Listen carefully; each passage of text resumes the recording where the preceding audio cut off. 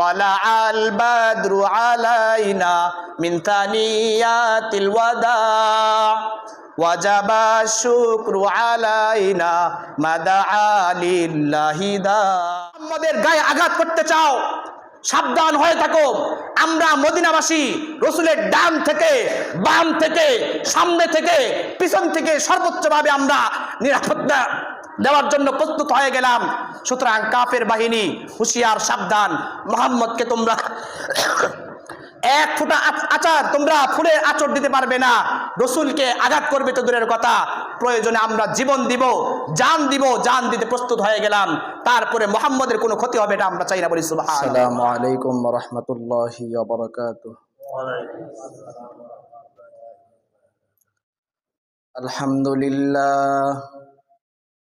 আলহামদুলিল্লাহি ওয়া কাফা ওয়া সালামুন আলা ইবাদিহিল্লাযীনা ইসতাফা। ونشهد أن لا إله إلا الله وحده لا شريك له ونشهد أن سيدنا ومولانا محمدا عبده ورسوله صلى الله عليه وسلم تسليما كثيرا كثيرا. أما بعد فقد قال الله تبارك وتعالى في كلامه المجيد وفي فرقانه الحميد. أعوذ بالله من الشيطان الرجيم. بسم الله الرحمن الرحيم. إن عدة الشهور عند الله 12 شهرا في كتاب الله. وقال سيدنا رسول الله صلى الله عليه وسلم أفضل الصيام بعد شهر رمضان شهر الله المحرم. وقال عليه الصلاة والسلام إنما الأعمال بالنيات وإنما لكل امرئ ما نوى. فمن كانت هجرته إلى الله ورسوله فهجرته إلى الله ورسوله ومن كانت هجرته إلى دنيا يصيبها أو كما قال النبي عليه الصلاة والسلام. صدق الله مولانا العظيم وصدق رسوله النبي الكريم ونحن على ذلك من الشاهدين والشاكرين والحمد لله رب العالمين. সকলে মুহাব্বতে দুরূদ ইব্রাহিম পাঠ করি। اللهم صل على محمد وعلى آل محمد كما صليت على إبراهيم وعلى آل إبراهيم إنك حميد مجيد. اللهم بارك على محمد وعلى آل محمد كما باركت على إبراهيم وعلى آل إبراهيم إنك حميد مجيد. سبحانك لا علم لنا إلا ما علمتنا إنك أنت العليم الحكيم. আলহামদুলিল্লাহ, মহান রব্বুল আলামিনের দরবারে লক্ষ কোটি শুকরিয়া যে মহান মনিব আমাকে আপনাকে আল্লাহ তাআলার প্রিয় বান্দা হিসেবে কবুল করে আল্লাহ তাআলার ঘরের মেহমান করে জুমার দিন আগে আগে মসজিদে আসার বসার সুযোগ করে দিয়েছেন। সকলে অন্তরে অন্তঃস্থল থেকে শুকরিয়া আদায় করছি, আলহামদুলিল্লাহ। মুহতারাম হাজিরিন, খুতবার মধ্যে আমি আয়াত তেলাওয়াত করেছি। আল্লাহ তাআলা বলেন, ইন্না ইদ্দাতাশ শুহুরি ইনদাল্লাহি 12 শাহরান ফি কিতাবিল্লাহ। আল্লাহ তাআলা বলেন, মাস গণনা আল্লাহ তাআলার কিতাবের মধ্যে 12টা। আল্লাহ তাআলার গণনার মধ্যে যে মাস সেটা 12টা। আমরাও একটা বছর হিসাব করি 12 মাস হিসাবে। আল্লাহ তাআলাও তার কিতাবের মধ্যে 12টা মাস দিয়েছেন। 12টা মাস বছরপঞ্জি ক্যালেন্ডার অনুযায়ী প্রায় সবার ক্ষেত্রেই 12টা মাস আসে। আমাদের বাংলাদেশে বিশেষভাবে 3টা বর্ষপঞ্জি ক্যালেন্ডার প্রচলিত। একটা হলো ইংরেজি ঈসাই খ্রিস্টাব্দ বলি যেটা, এটা সর্বাধিক প্রচলিত। 2 নাম্বার বঙ্গাব্দ বাংলা সন, 3 নাম্বার আরবি সন। 3টার মধ্যে প্রচলন বেশি ইংরেজি যেটা, ঈসাই যেটা, সেটা আমাদের সমাজে প্রচলন বেশি। জানুয়ারি থেকে নিয়ে ডিসেম্বর পর্যন্ত 12টা মাস। আমরা বাঙালি হিসেবে আমাদের বর্ষপঞ্জি আছে, সেটাও 12টা মাস, বৈশাখ থেকে নিয়ে চৈত্র পর্যন্ত। আরবিরও একটা সন আছে, সেটা হচ্ছে মুহররম থেকে নিয়ে জিলকদ পর্যন্ত, জিলকদ জিলহজ পর্যন্ত।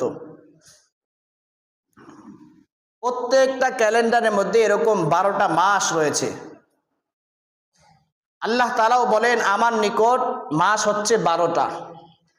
তাহলে ক্যালেন্ডার এতগুলো প্রচলিত, আল্লাহর নিকট কোন ক্যালেন্ডার গ্রহণযোগ্য এবং কোন ক্যালেন্ডার অনুযায়ী আমরা মুসলমানরা আমল করব, কোনটাকে ফলো করব? ঈসাই ক্যালেন্ডার যেটা বর্ষপঞ্জি ইংরেজি, বর্তমান 2026 চলতেছে, এর দ্বারা ইঙ্গিত করা হয় ঈসা আলাইহিস সালাতু ওয়াস সালাম জন্মগ্রহণ করেছেন আজ থেকে 2026 বছর আগে। খ্রিস্টানরা তাদের ঈসা আলাইহিস সালাতু ওয়াস সালামের সেই জন্মকে উপলক্ষ করে এই ক্যালেন্ডার নির্মাণ করে। বর্তমান যারা, তারা বলে যীশু খ্রিস্টের জন্ম উপলক্ষে, জন্ম তারিখ মনে রাখার জন্য আমরা এই সন প্রবর্তন করেছি। অপরদিকে আমরা বাংলা ভাষাভাষী মানুষ, আমাদের বাংলা ক্যালেন্ডার এটাও 1400-র অধিক হয়ে গিয়েছে। এটার প্রচলন 1400 বছর আগে থেকে বাঙালির প্রচলন হয় নাই, বরং মুঘল সাম্রাজ্যে বাদশাহ আকবর ব্যবসায়ীদের খাজনা আদায়ের সুবিধার্থে তিনি এই সন প্রবর্তন করেন। বৈশাখ মাস সবাই যেন হালখাতা করে নতুনভাবে ব্যবসার কাজ তারা নতুনভাবে নতুন বছরে শুরু করতে পারে, এজন্য বাংলা সনের প্রবর্তন হয়। কিন্তু বাংলা সনটা ফলো করে আরবি সনকে।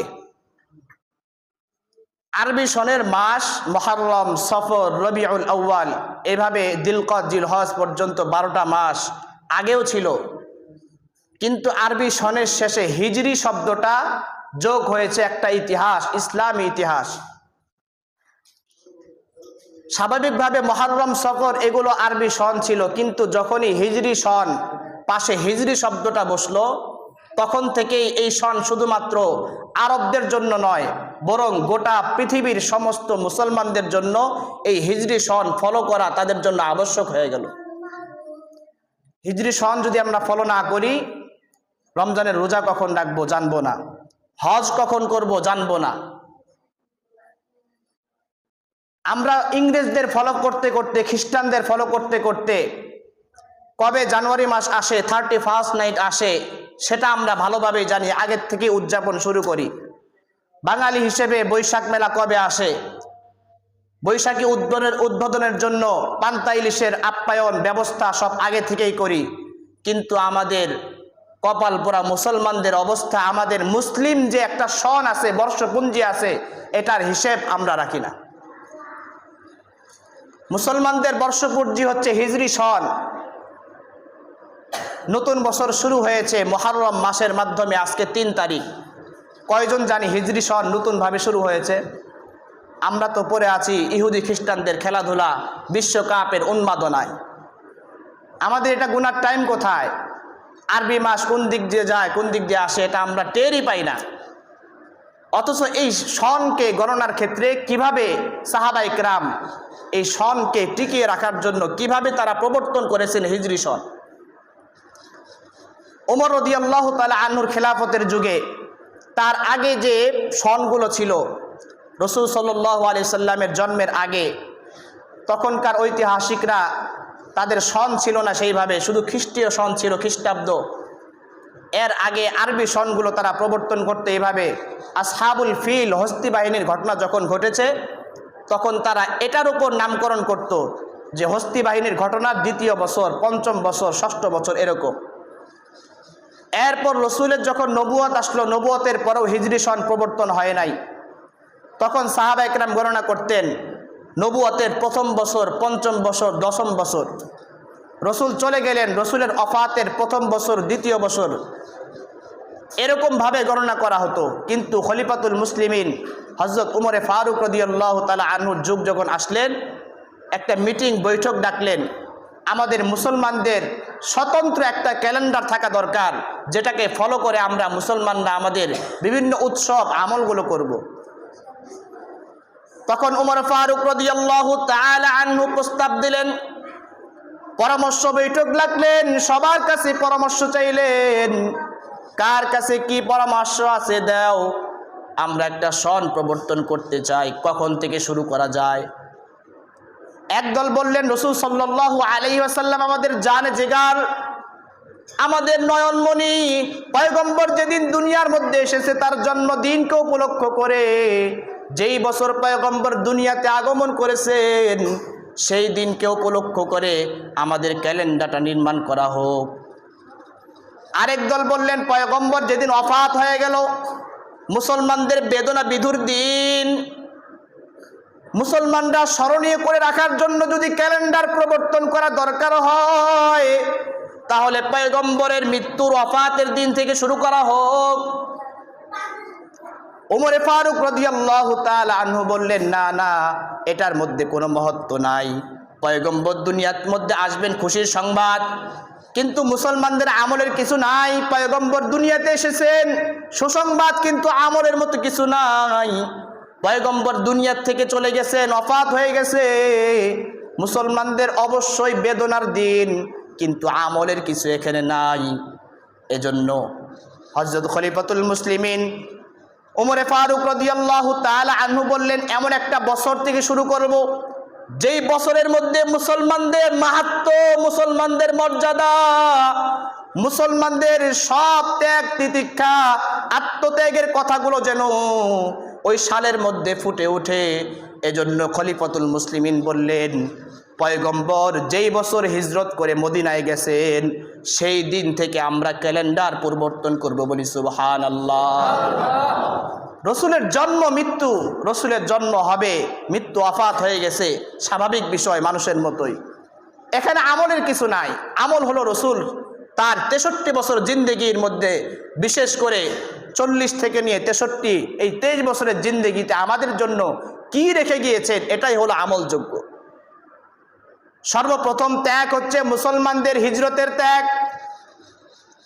ওমর রাদিয়াল্লাহু তাআলা আনহু বললেন, ওই হিজরতের চেতনা, শিক্ষা প্রত্যেক মুসলমানদের অন্তরের মধ্যে যেন পতিত হয়ে যায়। এজন্য হিজরি সন আমরা প্রবর্তন করব, হিজরতের ওই আলোচনাকে আমরা সামনে রেখে। কেমন কষ্টের দিন ছিল, পয়গম্বর নতুন নবুয়ত পেয়েছে, কেউ ঈমান আনে না, অল্প মুষ্টিময় কিছু মানুষ ঈমানদার হয়ে গেছে। কাফেরের জ্বালায় গোপন ভাবে তারা নামাজ, তেলাওয়াত, জিকির করে, প্রকাশ্যে ইসলামের দাওয়াত দিতে পারে না। রসুলের উপর ছায়া দিয়েছিলেন আম্মাজান খাদিজাতুল কুবরা রাদিয়াল্লাহু তাআলা আনহা এবং তার চাচা আবু তালেব, দুইজনের ওফাত হয়ে গেল, রসুলের মাথার থেকে ছায়া উঠে গেল। আল্লাহ তাআলা সান্ত্বনা দেওয়ার জন্য মেয়ারাজের রজনী ঘটালেন, 5 ওয়াক্ত নামাজ ফরজ করে দিলেন। নামাজ পড়তে হবে কিন্তু প্রকাশ্যে পড়ার সুযোগ নাই। আল্লাহ পাক রব্বুল আলামিনের অর্ডারের অপেক্ষায় থাকলেন। মুসলমানদের নির্যাতন নিপীড়ন শুরু হয়ে গেল। পয়গম্বর নামাজের সিজদার মধ্যে আছে, কাফেররা উটের নাড়ি ভুড়ি এনে পয়গম্বরের মাথার মধ্যে চাপা দিয়ে দিয়েছে। পয়গম্বর রাস্তা দিয়ে যাচ্ছেন, হঠাৎ করে পিছন থেকে কাফের এসে গামছা দিয়ে গলার মধ্যে পেঁচিয়ে ধরে পয়গম্বরের জিহ্বা বের করে দিয়েছে। এভাবে মুসলমানরা কষ্ট করে আর কতদিন দিনাতিপাত করবে? ওই দিক দিয়ে মদিনার কিছু মানুষ হজ করার জন্য মক্কার মধ্যে আসে আর বলে, ইয়া রাসূলুল্লাহ, ইয়া হাবিবাল্লাহ, মক্কার মধ্যে থাকার দরকার নাই, আপনি আমাদের সাথে চলুন, মদিনার মধ্যে আমরা আপনার সমস্ত প্রকার নিরাপত্তার ব্যবস্থা করব। পয়গম্বর বললে, অর্ডার হয় নাই এখনো, আল্লাহ তাআলার পক্ষ থেকে অর্ডার আসবে তারপরে আমি যাব।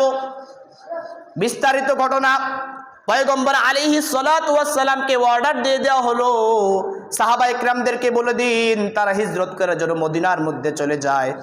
সাহাবা ইকরাম একে একে দলে দলে সবাই মদিনার মধ্যে হিজরত করতে লাগলো, কিন্তু পয়গম্বর মুহাম্মদ আরবি সাল্লাল্লাহু আলাইহি ওয়াসাল্লাম এখনো হিজরত করেন নাই।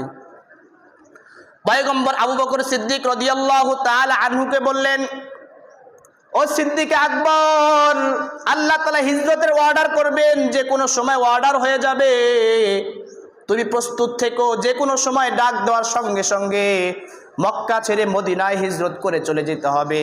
4 মাস আগে আল্লাহর রাসূল সাল্লাল্লাহু আলাইহি ওয়াসাল্লাম আবু বকরকে ওয়ার্নিং দিলেন। 4 মাস যাওয়ার পরে মুহাম্মদ সাল্লাল্লাহু আলাইহি ওয়াসাল্লামের মাথার উপর কোনো সাহায্য নাই, সমস্ত সাহাবা ইকরাম মদিনায় চলে গিয়েছেন। এদিক দিয়ে কাফের কুফফার মুশরিকরা সুযোগ পেয়ে গেল মুহাম্মদকে শেষ করে দেওয়ার এখনই সময়। রাতের বেলা আধারে পয়গম্বর তার ঘরের মধ্যে ঘুমাচ্ছিলেন। চতুর্দিক দিয়ে ঘরের পাশ দিয়ে 40 জন কাফের মুশরিকরা ঢাল তরবারি নিয়ে, তীর ধনুক নিয়ে রেডি হয়ে গেছে। সকালবেলা যখন ফজরের সময় মুহাম্মদ সাল্লাল্লাহু আলাইহি ওয়াসাল্লাম ঘর থেকে বের হবে, তাকে আমরা হত্যা করে আমাদের দ্বীনের প্রতিশোধ নিব। পয়গম্বর ঘুমিয়েছিলেন, হঠাৎ করে রাত্রিবেলা আল্লাহ তাআলা জিবরিল আমিন আলাইহিমুস সালাতু ওয়াস সালামকে পাঠিয়ে দিলেন। পয়গম্বরকে জানায় দেন, মক্কা নগরী আপনার জন্য আর নিরাপদ না, এই রাত্রের মধ্যেই মক্কা ছেড়ে আপনাকে মদিনার পথে হিজরত করতে হবে। পয়গম্বর মুহাম্মদ আরবি সাল্লাল্লাহু আলাইহি সাল্লাম আল্লাহর অর্ডার পেয়ে ঘর থেকে বের হবেন, চতুর্দিকে কাফেররা বেষ্টন। জিবরিল আমিন বললেন, এক মুষ্টি মাটি নেন, সূরা ইয়াসিনের প্রথম দিকের কিছু আয়াত পড়ে সেখানে দম করেন, মাটিগুলো ছিটিয়ে দেন, আল্লাহ তাআলা রেহাই দিবেন আপনাকে। এরপর পয়গম্বর আলাইহিস সালাতু ওয়াস সালাম মাটি নিয়ে দোয়া পড়লেন, সূরা ইয়াসিনের কয়েকটা আয়াত তেলাওয়াত করলেন, মাটি ছিটিয়ে দিলেন। প্রত্যেক মাটির কণাগুলো ওই 40 জন কাফের মুশরিকদের চোখের মধ্যে আল্লাহ তাআলা পৌঁছে দিলেন। এই দিক দিয়ে তারা চোখগুলো ডলাডলি করতে লাগলো। মাঝখান দিয়ে পয়গম্বর আলাইহিস সালাতু ওয়াস সালাম নিরাপদে বের হয়ে গেলেন, বলি সুবহানাল্লাহ। বের হয়ে সোজা আবু বকর রাদিয়াল্লাহু তাআলা আনহুর বাড়ির মধ্যে গিয়ে হাজির। দরজার সামনে ডাক দিয়ে বলেন, আইনা আবু বকর, আস্তে করে বলেছেন, বলার সঙ্গে সঙ্গেই 1 সেকেন্ডও দেরি করে নাই, আবু বকর সাথে সাথে বলে উঠলেন, লাব্বাইকা ওয়া সা'দাইকা ইয়া রাসূলুল্লাহ, বলি সুবহানাল্লাহ। রাসূল চোখের পানি ছেড়ে দিলেন, ও আবু বকর, আমি তোমাকে 4 মাস আগে বলেছি হিজরত হবে, আজকে হঠাৎ করে ডাক দেওয়ার, এই গভীর রজনীতে ডাক দেওয়ার সঙ্গে সঙ্গেই তুমি কিভাবে টের পেলে আমি মুহাম্মদ এসেছি, সাথে সাথেই তুমি লাব্বাইক বললে?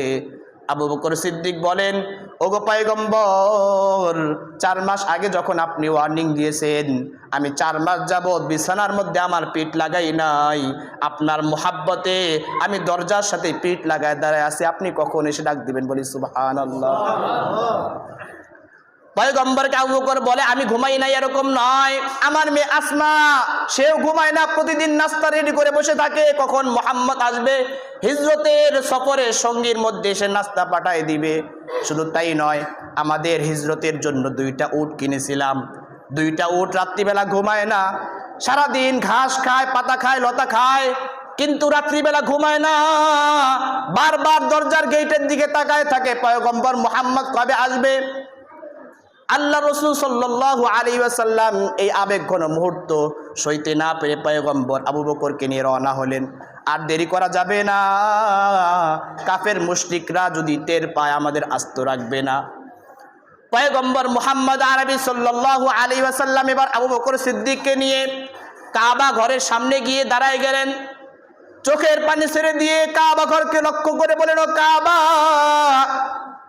আমার মনে চায় না মাতৃভূমিকে ত্যাগ করে আমি মদিনায় চলে যাব। মাতৃভূমির ভালোবাসা প্রত্যেকটা মানুষের হৃদয়ের মধ্যে রয়েছে, বিশেষ করে তুমি হচ্ছে সম্মানিত কাবা, তোমার মর্যাদা কাফেরদের অত্যাচারে আর সইতে পারি না। আল্লাহ তাআলা অর্ডার করেছেন হিজরতে যেতে হবে। কাবা ঘরের দিকে বারবার তাকায়, পিছন দিকে ফিরে বারবার তাকায়, মাতৃভূমি ছেড়ে মদিনায় চলে যাবে। পয়গম্বর মুহাম্মদ আরবি সাল্লাল্লাহু আলাইহি ওয়াসাল্লামের মন সয় না। মাতৃভূমি ত্যাগ করে এবার মদিনা হলো উত্তর দিকে, পয়গম্বর রাস্তা ধরলেন দক্ষিণ দিকে। রাসূল সাল্লাল্লাহু আলাইহি ওয়াসাল্লাম পলিটিশিয়ান ছিলেন। আমরা মনে করি যে ইসলামের রাজনীতি নাই, কিন্তু রাসূল সাল্লাল্লাহু আলাইহি ওয়াসাল্লাম যে সূক্ষ্ম রাজনীতি বুঝেছেন, এরকম রাজনীতি বর্তমানের এরকম মাথামোটারা কেউ বুঝবে না। রাত্রিবেলা সফর, মদিনা হচ্ছে উত্তর দিকে, পয়গম্বর বলে দক্ষিণ দিকে যাব। দক্ষিণ দিকে চলে গেলেন, গিয়ে গারে সাউর একটা গুহা আছে মক্কা নগরী থেকে 8 কিলোমিটার দূরে, সেখানে গিয়ে রাত্রি যাপন করলেন পয়গম্বর মুহাম্মদ সাল্লাল্লাহু আলাইহি ওয়াসাল্লাম। আবু বকর সিদ্দিকের অবদান কি শুধুমাত্র 4 মাস ঘুমায় না এরকম নয়।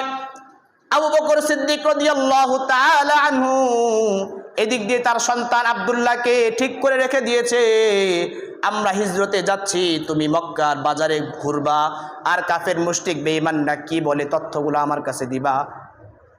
আব্দুল্লাহ প্রতিদিন গুহার কাছে যায়। আসমা রাদিয়াল্লাহু তাআলা আনহা ছোট্ট শিশু মেয়ে, ইসলামের জন্য, মুসলমানের জন্য, পয়গম্বর মুহাম্মদ সাল্লাল্লাহু আলাইহি ওয়াসাল্লামের জন্য প্রতিদিন নাস্তা রেডি করে আব্দুল্লাহর কাছে দিয়ে যাও, আমার বাবা এবং মুহাম্মদের কাছে এই খাবারগুলো পৌঁছে দাও। শুধু আব্দুল্লাহকে ঠিক করেছে বিষয় এমন নয়, কারণ ওই সময়টা ছিল পদচিহ্ন বিশারদ ছিল। কেউ যদি পায়ে দিয়ে হাঁটে তাহলে তার ফিঙ্গার প্রিন্ট এগুলো ফলো করে করে করে মানুষ তার ঠিকানা পেয়ে যেত। এজন্য আবু বকর সিদ্দিক রাদিয়াল্লাহু তাআলা আনহু একজন রাখাল ঠিক করলেন, আমির ইবনে ফুহাইরা। তাকে বললেন, আমার ছেলে আব্দুল্লাহ প্রতিদিন আমার কাছে আসা যাওয়া করবে, ছোট্ট ছোট্ট পায়ের ছাপ পেয়ে কাফের মুশরিকটা আমাদেরকে ধরে ফেলবে। তুমি প্রতিদিন বিকাল টাইমে অথবা সকাল টাইমে আমাদের এই গুহার চারপাশে একটু তোমার বকরিগুলো চড়াবে, যাতে করে ফিঙ্গার প্রিন্ট, পায়ের ফুট যেন এখানে আর চিহ্ন অবশিষ্ট না থাকে। এরকমভাবে ইন্তজাম করলেন। তারপরও কেমনে কেমনে কেমনে কেমনে কাফেররা বিচক্ষণতার মাধ্যমে উত্তর দিকে খুঁজেছে, পায় নাই, দক্ষিণ দিকে হাঁটা শুরু করে দিয়েছে। যাওয়ার পর যেতে যেতে গারে সৌর, ওই গারে সৌরের কাছাকাছি গিয়েছে। এবার আবু বকর সিদ্দিক রাদিয়াল্লাহু তাআলা আনহু গারে সৌরের মধ্যে থেকে কাফের মুশরিকদের পা দেখা যায়। পয়গম্বরকে ডাক দিয়ে বলেন, ইয়া রাসূলুল্লাহ, ইয়া হাবিবাল্লাহ, আজকে বুঝি আমরা ধরা খেয়ে গেলাম। কাফের মুশরিকদের পা দেখা যাচ্ছে, ওরা তো আমাদের গুহা পর্যন্ত চলে এসেছে। কিন্তু পয়গম্বর মুহাম্মদ আরবি সাল্লাল্লাহু আলাইহি ওয়াসাল্লাম আল্লাহর প্রতি কতটা তাওয়াক্কুল ছিলেন, বিশ্বাস ছিল। আল্লাহর রাসূল সাল্লাল্লাহু আলাইহি ওয়াসাল্লাম বললেন, আবু বকর ভয় পেও না, ঘাবড়ে যেও না, আমাদের সঙ্গে আমরা 2 জন থাকতে পারি, আরেকজন আছে আমাদের সামনে। চিল্লায় বলেন তিনি কে? আল্লাহ তাআলা আয়াত নাজিল করে জানিয়ে দিলেন, ইদহুমা ফিল গার ইয ইয়াকুলু লিসাহিবিহি লা তাহজান ইন্নাল্লাহা মা'ানা। আল্লাহর পয়গম্বর যে কথাগুলো বলেছেন আল্লাহ তাআলা আয়াত হিসেবে নাজিল করে দিলেন। গারে সৌরের মধ্যে তার সাথী আবু বকর বলেছিল, কাফের মুশরিকরা বুঝি আমাদের ধরে ফেললো। আল্লাহ তাআলা বলেন, ইন্নাল্লাহা মা'ানা, আল্লাহ তাআলা আমাদের সঙ্গে আছেন, আমাদের কোনো ভয় নাই। এদিক দিয়ে আল্লাহ তাআলার কারিশমা, কুদরত, গারে সৌরের মুখের মধ্যে মাকড়সা তৎক্ষণাৎ এই রাতারাতির ভিতরেই বিশাল একটা জাল বুনন করে দেয়। বলি সুবহানাল্লাহ। শুধু জাল বুনন করেছে এরকম নয়, হঠাৎ করে কোত্থেকে যেন একটা কবুতর আসলো, এক রাতের মধ্যে 2-3টা ডিম দিয়ে সেখানে বাচ্চা দেওয়ার জন্য তা দেওয়া শুরু করলো। বলি সুবহানাল্লাহ। এখন কাফেররা থতমত খেয়ে গেল, এই গুহার মধ্যে কি মানুষ থাকতে পারে? কেউ বলে গুহার ভিতরে ঢুকি দেখি কি আছে, আবার কেউ বলে না, রাত্রে মাত্র আসছে মুহাম্মদ সাল্লাল্লাহু আলাইহি সাল্লাম, এই রাত্রের ভিতরে একটা কবুতর ডিম পারবে, মাকড়সা জাল দিবে, এটা হতে পারে না। তার মানে মুহাম্মদ এখানে আসার সম্ভাবনা নাই, বলি সুবহানাল্লাহ। এদিক দিয়ে কাফেররা চলে গেল, মুহাম্মদ সাল্লাল্লাহু আলাইহি ওয়াসাল্লামকে আর খুঁজে পেল না। 3 দিন 3 রাত পর্যন্ত ওই গারে সৌরের মধ্যে রাসূল সাল্লাল্লাহু আলাইহি ওয়াসাল্লাম আত্মগোপন করলেন। এরপর 3 দিন পর মুহাম্মদ সাল্লাল্লাহু আলাইহি ওয়াসাল্লাম মদিনার পথে রওনা। উত্তর দিকে নয়, বরং নীল নদের কিনারা দিয়ে আব্দুল্লাহ বিন উরাইকিদ একজন রাহবার ঠিক করেছিল আবু বকর রাদিয়াল্লাহু তাআলা আনহু 500 দিরহামের বিনিময়ে, কাফেররা যেন আমাদের ধরতে না পারে এমন একটা রাস্তা দিয়ে তোমরা আমাকে নিয়ে যাবে, যেই রাস্তা দিয়ে মানুষ সচরাচর চলাফেরা করে না, বরং অপরিচিত একটা রাস্তা দিয়ে আমরা হিজরত করে মদিনায় চলে যাব। আব্দুল্লাহ বিন উরাইকিদ ওই রাস্তা দিয়ে আঁকা বাঁকা মেঠো পথ দিয়ে আল্লাহর রসুলকে রাহবারি করে নিয়ে যাচ্ছেন, বলে সুবহানাল্লাহ। এরপর রাসূল যাচ্ছিলেন রসুলের তাওয়াক্কুল শেষ। রসুলের যত তাওয়াক্কুলের পন্থা অবলম্বন করা দরকার দুনিয়ার মধ্যে, সরঞ্জামাদি সব কৌশলগুলো পলিটিশিয়ানগুলো সবগুলো অ্যাপ্লাই করা শেষ। এবার রসুলের হাতে আর কোনো ক্ষমতা নাই, এখন আল্লাহ তাআলার উপর তাওয়াক্কুল করে রাসূল সাল্লাল্লাহু আলাইহি ওয়াসাল্লাম তার উটনীকে চালিয়ে দিয়েছে, বলি সুবহানাল্লাহ। এদিকে মক্কার মধ্যে ঘোষণা হয়ে গেল মুহাম্মদের এবং আবু বকরের মাথা যে আনতে পারবে, কল্লা যে আনতে পারবে 100 উট দিব। একটা উটের দাম বর্তমান সময় 5 লাখ 10 লাখ 20 লাখ টাকা। ওই সময় 100টা উট যে মুহাম্মদের কল্লা এনে দিতে পারবে তাকে 100 উট ঘোষণা করলাম। এখন কাফেররা হন্য হয়ে খুঁজতে লাগলো। খুঁজতে খুঁজতে সুরাকা নামের একজন ব্যক্তি, পরবর্তীতে সে মুসলমান হয়ে যায়। সে উত্তর দিকে না গিয়ে বলে যে আমি দক্ষিণ দিকে যাই, দেখি পাই কিনা।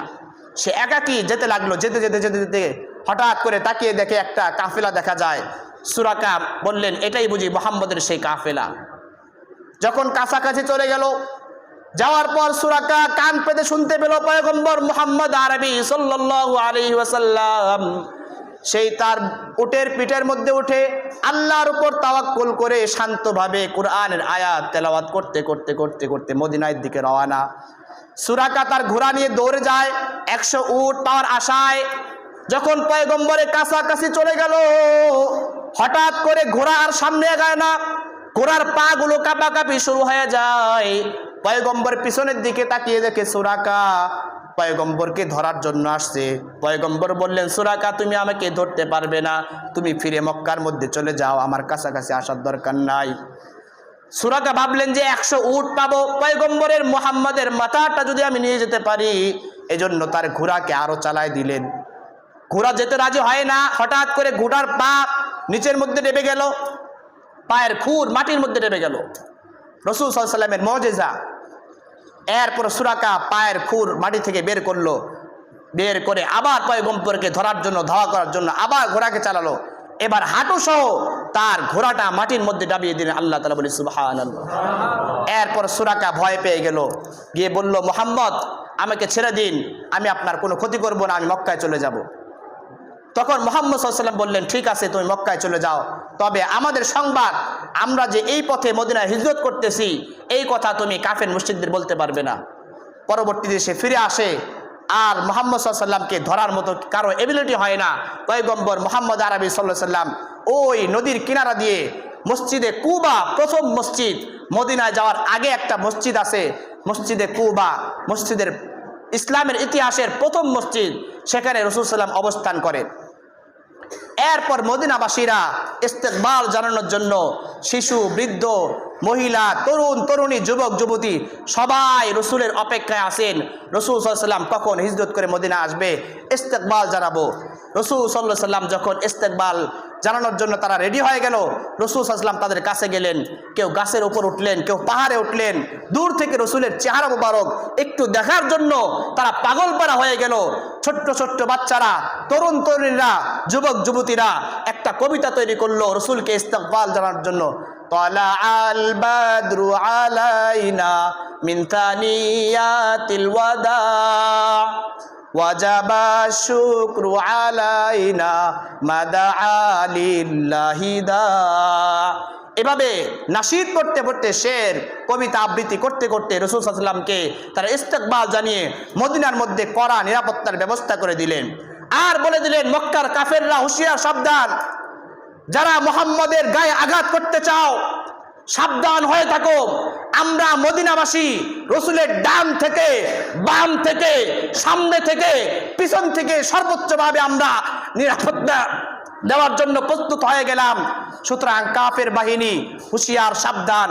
মুহাম্মদকে তোমরা এক ফোঁটা আচার, তোমরা ফুলের আচর দিতে পারবে না। রসুলকে আঘাত করবে তো দূরের কথা, প্রয়োজনে আমরা জীবন দিব, জান দিব, জান দিতে প্রস্তুত হয়ে গেলাম। তারপরে মুহাম্মদের কোনো ক্ষতি হবে এটা আমরা চাই না, বলি সুবহানাল্লাহ।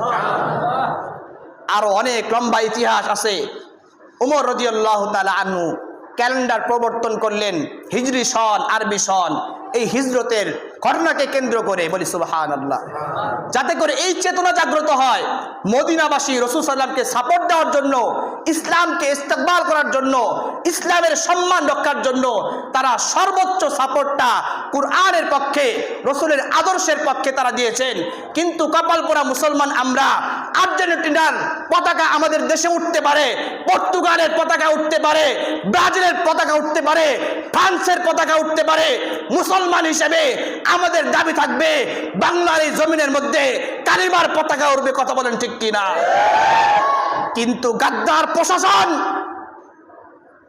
ফ্লাইওভারের মধ্যে কালিমা খচিত সেই পতাকাকে তারা, আমাদের গুটি কয়েক মুসলমান ভাই কালিমা খচিত পতাকাকে তারা উড়িয়েছেন। অন্য পতাকা উড়ালে সমস্যা হয় না, শুধুমাত্র কালিমার পতাকা উড়ালে সমস্যা হয়। মুসলমানদের এই দেশে আর ধোঁকাবাজি চলবে না। যদি ব্রাজিলের কোনো পতাকা উঠে, আর্জেন্টিনার কোনো পতাকা উঠে, মুসলমান হিসেবে আমাদের দাবি থাকবে, আমাদের করজোর আবদান থাকবে, আমরা মুসলমান হিসেবে আমাদের কালিমা খচিত সেই পতাকা উড়াবো। কথা বলেন ঠিক কিনা? আমরা মুসলমান, আমাদের কালিমা সম্মান দিব।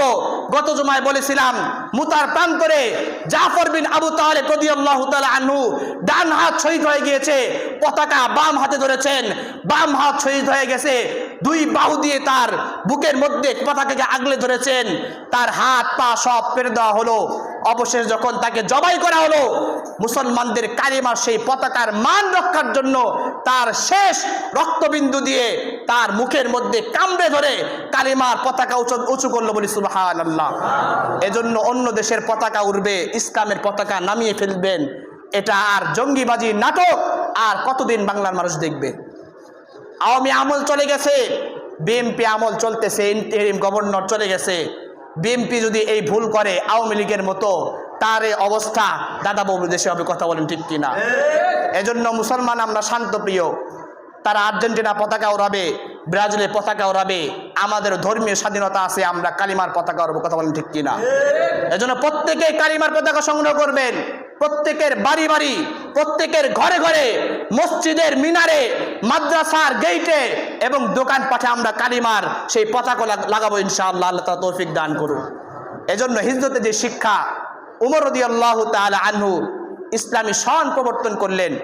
ইংরেজদের, খ্রিস্টানদের আমরা সন আমরা জানি, জানুয়ারি, ফেব্রুয়ারি, মার্চ জানি। বাংলা সন বাঙালি হিসেবে জানা দরকার, জানি। কিন্তু মুসলমান হিসেবে আমাদের আরবি সন, মুসলমানের সন আমরা কয়জন জানি? আজকে মুসলমানদের ইতিহাসের, মুসলমানদের হিজরি সনের প্রথম মাস শুরু হয়ে গেছে আজকে 3 তারিখ। কয়জনে খোঁজ রাখি?